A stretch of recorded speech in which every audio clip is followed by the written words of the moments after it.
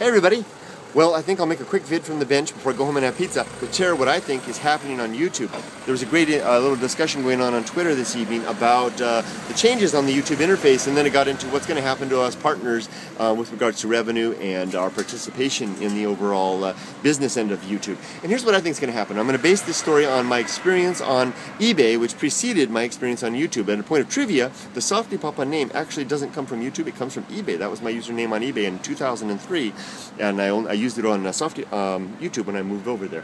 So anyway, I was a full-time seller on eBay for 5 years, and I learned a lot during that time. I started off selling kind of a boutique type of a store. It was called the Old Tokaido. I sold, kept an inventory of about 200 items, unique antique items, one of a kind, every single one of them, mid to level, high end level, and sales trickled in, so to speak, and I relied on those big ticket sales to basically generate the revenue. The revenue fluctuated dramatically as accordingly. Now, what happened was I followed a radio show. This is before podcasting. A radio show called E-Auctioneer. I wish I could remember the guy's name. He was so great that hosted that show. Mature businessman, had a lot of experience in online sales and brought that experience to the online market as well. He taught us about something called the long tail. Now, the long tail is a statistical anomaly. Well, maybe it's not an anomaly. It's similar to what is called the uncanny valley as regards to how humans respond to androids. It's a statistical thing you can see on graphs, and it relates to it basically relates to selling less of more. That's it, selling less of more. And I can't break it down. I'm not going to do a good description. So let me just summarize how it relates to marketing on eBay, and then I'll take that to YouTube. On eBay, what I was told to do was through this radio show was to instead of selling 200 mid to high end items, sell 2,000 lower price items, well listed, well placed, well photographed, and watch what happens in terms of the average sales. I was told that you would see basically a continuity begin to appear, and I saw that. I began over the course of several years. I grew my inventory from those original 200 items up to first 1,000, and then 2,000, and then 3,000 low end, under $20 items that were good, well listed, well photographed, and the whole like. And I did indeed see exactly that same thing that was described. I kept careful records, and I saw that I sold X% of inventory every day. Now, if I had to average that over a 30-day period to have that number show up, but sure enough, month in, month out, X number of items were sold every single day. That you can see how the business works, right? Now, if you go from your 3,000 items and you're selling X% every day, and you go to 4,000 items, well, you're selling X% every day. You see how your revenue stream's increasing and your profit margin is increasing. It was a great business model. Worked great until the economy collapsed and knocked me out of business. Anyway, so let's go down to YouTube. How does that relate to what's happening on YouTube? Well, I think the same type of model applies. On YouTube, though, instead of having 2,000 products under $20, you've got videos, and videos that people consume and generate revenue based on watching ads placed by AdSense.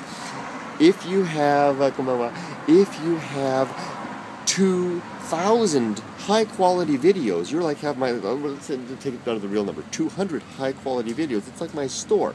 You're going to get a certain number of people watching those things, but it's much better to have 2,000, 20,000, 200,000, 2 million, 20 million low to mid-range quality videos that people are willing to watch and generate those streaming ads. If that's the case, then the AdSense revenue model is going to apply, and I'll bet that behind the scenes, YouTube is seeing the same type of statistical averages that I saw in my business. And it's in their interest then to have more, to basically sell less of more. Less of more being many videos that people are willing to watch. They only get a little bit of revenue off of each video. Maybe one video will get 20 views a day, but if you've got 20 million of those things, I mean, not 20 views a day, 20 views, maybe one video gets 20 views a month, but you've got 20 million of those things. And the defining factor in terms of quality is not whether people are willing to buy an item on YouTube, it's whether they're not willing to stick through the video. And really, that's self-regulating. It's not up to YouTube to determine what constitutes quality. YouTube really can't decide that, because there's plenty of people who would love to sit through a Hanafubuki video, but there's lots of other people, which are great videos, but there's lots of people also that would just love to see some dummy fall off a ladder into a pool. Okay, there's plenty of people willing to do that. So really, who decides what constitutes quality? The viewer decides by continuing to watch the video. They can click the stop button and put that, bring that video to an end, stop that streaming ads, and the content, the person that's providing the ads is happy as long as the viewer is happy, regardless of what the content is. That's why YouTube doesn't really care so much anymore about the quality of the videos.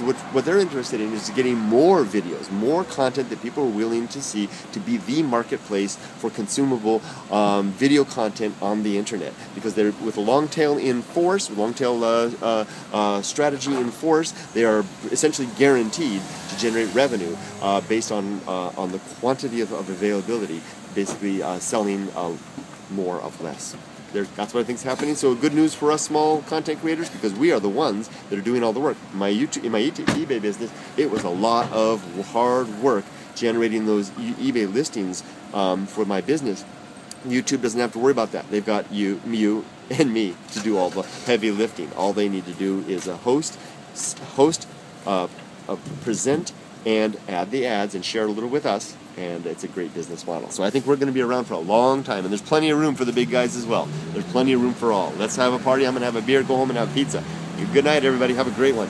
See ya. Bye.